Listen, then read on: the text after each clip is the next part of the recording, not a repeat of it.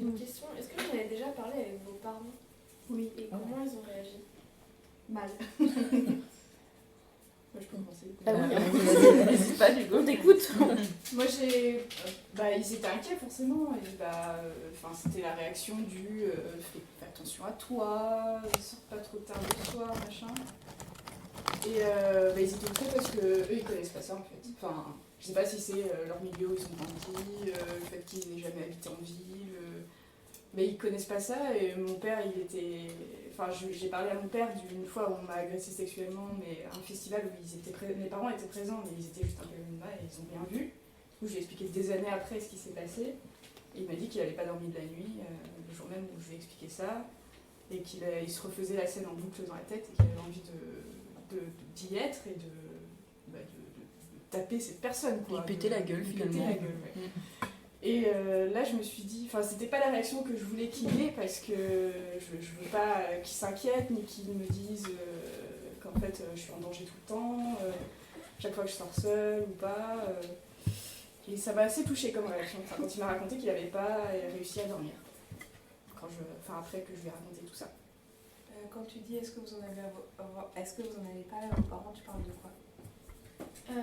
Je parle d'harcèlement de rue en général, pas forcément ce qu'on a vécu personnellement, Okay. mais en général, eux comment ils voient les choses. Du coup, moi j'en ai plus ou moins parlé à ma mère. De toute façon, elle sait que je fais ce podcast-là et tout, donc.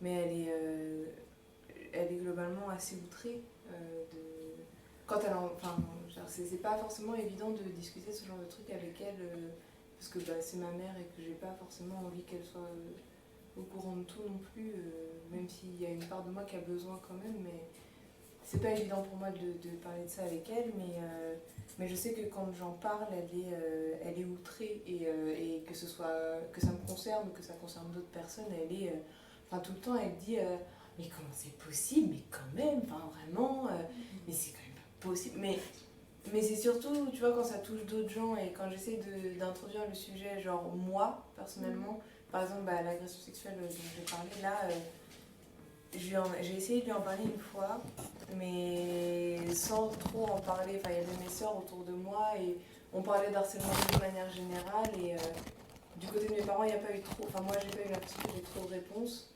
Et j'ai l'impression qu'il y a une espèce de déni en fait. Et moi j'ai essayé de dire avec mes mots à ce moment-là, c'était peut-être 6 mois après que ce soit arrivé, donc concrètement j'étais pas encore capable de dire ce que j'ai dit dans le podcast. Mais c'était quand même plus ou moins clair. Et puis ma soeur était au courant, donc elle l'a dit aussi pour moi et tout. Mais à ce moment-là, moi j'ai pas ressenti particulièrement de réponse parce que je pense que mon père, c'est autre chose aussi, c'est compliqué. Mais je pense que ma mère a dû se sentir un peu genre, enfin, elle a pas dû savoir exactement comment réagir et je pense que vraiment elle a été pas tétanisée, faut pas abuser, mais genre choquée quoi, et genre attends mais comment c'est possible, mais enfin ça n'arrive pas ce genre de choses et en plus c'est ma fille et enfin voilà, mais au contraire quand je parle de mes amis qui ont vécu des agressions sexuelles par exemple, là elle n'a pas de problème à en parler et à me dire non mais franchement mais c'est quand même incroyable, mais ça doit être tellement dur pour elle mais par contre quand c'est moi, enfin moi elle m'a jamais dit ça a dû être tellement dur pour toi par exemple. Moi personnellement j'en ai pas parlé avec mes parents vraiment.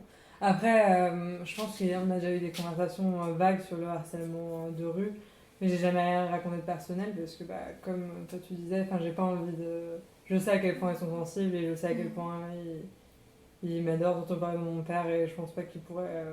c'est pas intéressant je pense. Et je pense surtout que ils savent très bien que ça se passe, je sais qu'ils savent que ça se passe. Ma mère elle a vécu quand elle était plus jeune de toute façon, et mon père il est pas dupe, il sait très bien que ça se passe. Après du moment que c'est pas... que moi ça m'affecte pas tant que ça vraiment personnellement, je leur en parle pas. Si jamais je me fais agresser, je pense que je leur en parlerai parce qu'on est très proches et que je voudrais qu'ils le sachent. Mais pour le moment, j'ai pas envie de les aggraver, j'ai pas envie de mettre ce genre d'idée dans leur tête. Je sais qu'ils savent très bien comment ça se passe en vérité. Mais après, c'est vrai qu'on a déjà discuté vite fait, par exemple, de ma belle-sœur, qui, quand elle est arrivée à Paris, elle prenait le métro pour aller au travail, par exemple. Et elle avait raconté à mes parents que elle portait un tailleur jupe court et des talons. Et elle s'est fait plusieurs fois cracher dessus dans le métro et traiter de pute. Et genre ça par exemple, j'étais choquée à l'époque, j'étais encore jeune. Mais mes parents ils étaient absolument choqués. Et on a eu une grosse discussion là-dessus, mais je parle pas personnellement de ce qui m'arrive à moi. Ok. Moi, c'est une semi-relance remarque. Je pense que tu pourras rebondir derrière. Mais parfois, je me demande, nos pères, de manière générale, en tout cas nos papas à nous, et les copains de nos papas, sur combien d'entre eux ont déjà harcelé des filles. Et parfois se disent surtout pas ma fille, et genre, mais en fait est-ce qu'ils ont eux-mêmes fait ça, est-ce que du coup ils regrettent, et tout ça c'est des questions qui devraient être super intéressantes à discuter, mais hyper dures aussi, hein, genre avec des hommes adultes, même si c'est pas proprement avec ton père ou avec ses amis, genre comment avec du recul les hommes gèrent ça, et comment en ayant des filles les hommes gèrent ça, et est-ce que il y a une sorte de... Enfin, est-ce que tu te repentis, ou est-ce que tu estimes que c'est normal de le faire avec les filles d'autres filles, ou ta fille, mais ça dépend dans quel contexte, genre, tout ça c'est des petites questions que je me pose des fois. Alors je sais pas si ce sera très productif dans le truc, mais moi j'ai eu une discussion comme ça avec mon père. Parce que j'ai fait un autre podcast avec Charline qui s'appelle Sexisme désintégré, je crois. Et je racontais une anecdote sur un ami de mon père, que j'adore énormément. C'est comme mon parrain ou un oncle pour moi, et vraiment je le connais depuis toute petite et j'adore. Mais il a un humour pas particulier, non, et c'est vraiment l'humour de sudiste, voilà. Il y en a pour tous les goûts, on va dire. Mais récemment, ça a touché une corde parce qu'il a fait une blague il était allé chez moi et il a fait une blague sur le viol.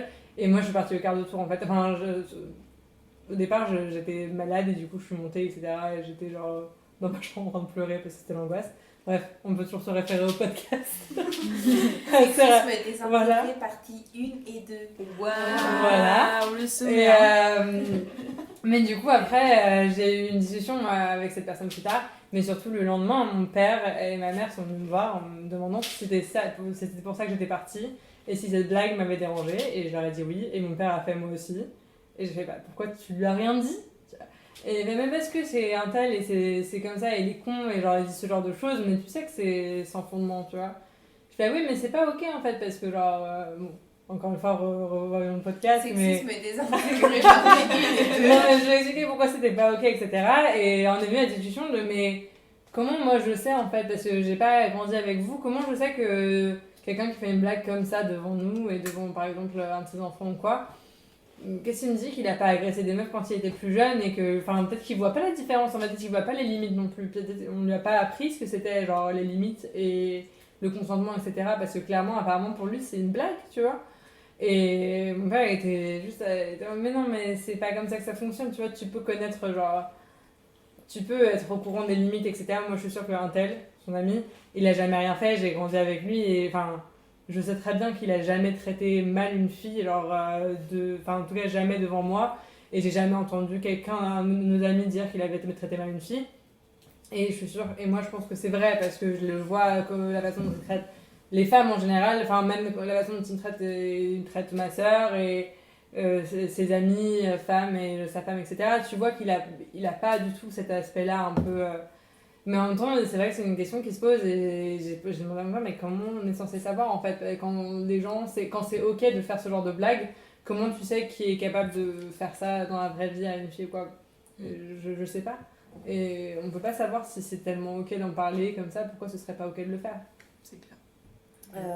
Assez jeune, avant que je me fasse harceler dans la rue, quand j'étais assez jeune, mon papa a eu une expérience qu'il m'a racontée et qui m'a étonnée sur le moment en fait. Il s'est fait harceler, on va dire, dans les toilettes des hommes par un homme, et ça l'a beaucoup surpris en fait. C'était alors pas la première fois, il faut savoir que mon papa a souvent attiré des hommes dans sa vie, donc c'était pas la première fois qu'il se faisait qu'il sentait qu'il y a des hommes qui cherchaient des avances. Voilà, c'est ça. Il a rarement vécu de ce qu'il m'a raconté comme des harcèlements, mais cette fois-là, il l'a vraiment mal vécu. C'est dans des toilettes d'autoroute, un peu glauques, aux pissotières. Enfin, vraiment, ça ne se fait pas. Ça ne se fait pas. Et donc, à ce moment-là, j'ai senti en lui, alors pas forcément un changement, parce que j'avais pas vécu de harcèlement de rue avant, j'en ai pas parlé avant, mais un peu comme un déclic en lui, en se disant, je vais raconter ça à ma fille, et elle me racontera un peu.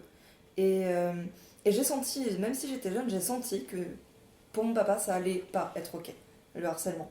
Et notamment parce qu'il en avait vécu en fait. Et il y a eu vraiment parce que ma maman a vécu beaucoup de harcèlement de rue, et on a parlé à mon papa, je le sais, des choses assez graves. Et donc je pense qu'il avait intégré à quel point ça pouvait être grave, notamment pour des femmes, mais je pense qu'il a tellement réalisé à ce moment-là que si ce qu'il avait vécu, il l'avait mal vécu, il a dû imaginer ce que c'était que le quotidien parfois de certaines femmes. Et donc à partir de là, je sais que maintenant, même si c'est pas un sujet non plus qu'on aborde quotidiennement, hein, mais je sais que si on parle de harcèlement de rue, mon papa va tout de suite le prendre à cœur, mais pour le coup, pas forcément en étant hyper inquiet, comme on disait, son papa hyper protecteur. Et c'est ça qui, moi, me fait plaisir. On peut en parler sans qu'il se dise « Ah non, ma pauvre fille, c'est horrible, je veux pas entendre ça ». Il l'entend et il l'écoute. Et bien sûr, il va dire que c'est horrible et que ça devrait pas avoir lieu, mais il va pas en être malade. Il va le réaliser, en fait. Et, parce qu'il le sait déjà. Et donc, ce qui fait qu'avec mes parents, on a pu pas mal en parler. Et notamment avec mon papa qui, faut le savoir, je l'avais déjà mentionné, est âgé. Et qui m'a dit, mais tu sais, mais ses sœurs, il a vu ses sœurs se faire harceler. Mais quand je dis qu'il est âgé, il a plutôt l'âge de nos grands-parents en termes de génération. Il m'a dit, mais imagine, moi ça avait déjà lu à ce moment-là. Et en fait, ça le rend malade de voir que ça n'a pas changé. Il m'a dit encore il n'y a pas longtemps, mais ça n'a pas avancé. Et ça le rend malade de se dire que, pas seulement pour sa fille, mais pour tout le monde, et notamment les femmes, ça ne change pas. Il n'a pas vu de changement en 40 ans, quoi.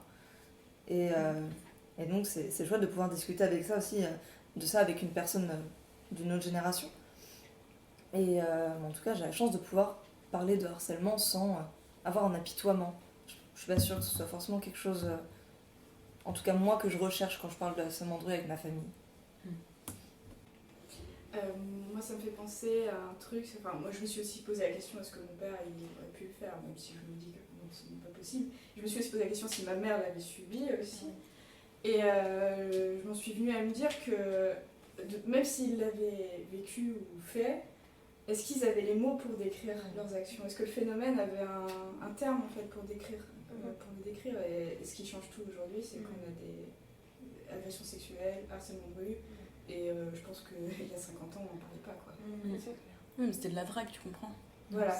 C'est comme féminicide, c'était crime passionnel. Oui, c'est vrai. C'est intéressant ce que tu dis, parce que le mot harcèlement, j'ai l'impression, en fait, il y a plein de gens qui vont te répondre, mais dis pas harcèlement, c'est hyper violent. Alors déjà, oui, mais parce que c'est violent, le harcèlement, mais qui vont pas mettre une même violence derrière, qui vont voir le violeur, en fait, dans du harcèlement, mais non, c'est... Alors, même si c'est souvent croisé, ça peut être deux choses séparées. Et mais encore une fois, on ne cherche pas à agresser les gens en parlant de harcèlement. On cherche à décrire quelque chose. Il y a un mot pour ça. Et c'est le harcèlement. Et il y a une définition claire du harcèlement. Et pourtant, il y a plein de personnes qui n'acceptent pas le mot parce qu'elles le vivent super mal. Parce que c'est à cheval avec la lourdeur et que du coup, t'as l'impression que c'est moins... Enfin, c'est juste quelqu'un de chiant, alors que non, il y a une violence derrière quand même, en plus. Bah oui. Je trouve que c'est super intéressant ce que tu dis parce que j'ai l'impression que dans beaucoup de discrimination et tout, mais dans beaucoup de faits sociétaux et tout, ça arrive. On a beaucoup de mal à utiliser certains mots. Et donc on a beaucoup de mal à utiliser le terme harcèlement. Et de la même manière, on a beaucoup de mal à utiliser le terme victime, par exemple. Moi, quand j'ai subi des agressions sexuelles dans les transports, on m'a jamais dit que j'étais victime. On m'a jamais dit t'as été victime de ça. On m'a dit t'as subi ça. Ou c'est pas normal ce qui t'est arrivé. Mais à aucun moment on m'a dit t'as été victime de ça. Parce que j'ai l'impression que être victime de quelque chose, il y a un truc dans la société qui fait que les victimes sont mal vues et qu'il faut surtout pas dire qu'on a été victime de ça, ou il faut surtout pas utiliser le terme victime. Et on en a parlé toutes les deux, Naïg, il y a pas longtemps. On en a parlé il y a pas longtemps, suite justement à ce que j'avais vécu dans le bus quand elle était là. Et il y a eu des répercussions après sur ma relation à moi-même et ma relation avec elle aussi, sur comment est-ce qu'on se touche et ce genre de trucs. Et en fait, je me suis rendu compte que il y a une espèce de négation en fait de ça, oui, ça t'est arrivé, mais c'est bon, ça arrive à tout le monde et c'était pas cool. Oui, c'est vrai que ce que t'as vécu, c'était pas cool.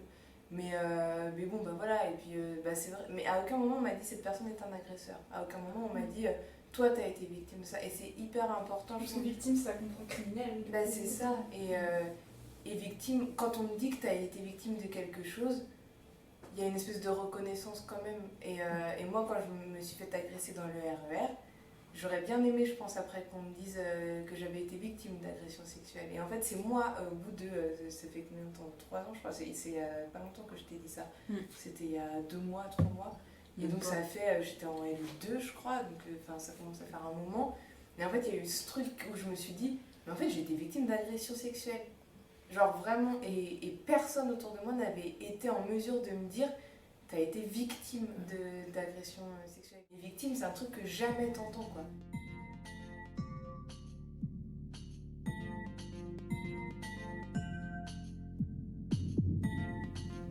Si ce que tu viens d'écouter t'a plu, te parle ou qu'il te paraît important qu'on parle de harcèlement de rue, n'hésite pas à aimer, à commenter ou à partager l'épisode. Si de manière plus globale, tu apprécies mes podcasts, n'hésite pas à t'abonner à la chaîne YouTube et à activer la petite cloche des notifications. Je remercie Juliette, Emma, Naïg, Ariane, Salomé, Louise et Camille d'avoir participé. Et je te remercie toi, évidemment, de nous avoir écoutés. À très vite. Bisous.